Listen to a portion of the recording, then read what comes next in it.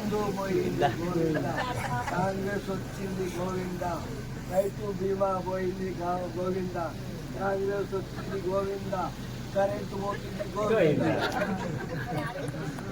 కానీ ఇదొకటి correct sir, మన 5 ఏళ్ళ కరెంట్ ఎప్పుడు పోలే. మా గ్రామం అభివృద్ధి చెందిందంటే కూడా టీఆర్ఎస్ పార్టీ నుంచి. పక్క విలేజ్ నుంచి మేము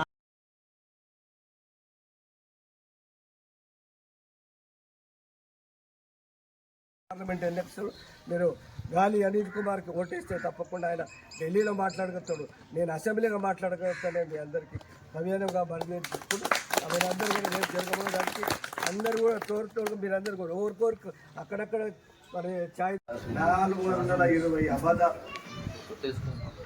అన్ని అబద్ధాలు మీ అందరికీ తెలుసు.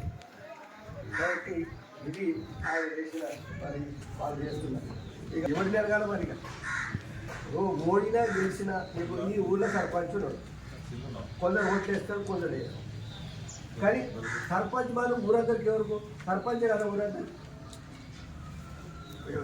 వేయని వాళ్ళు కూడా సర్పంచ్, వేసిన వాళ్ళు కూడా సర్పంచ్.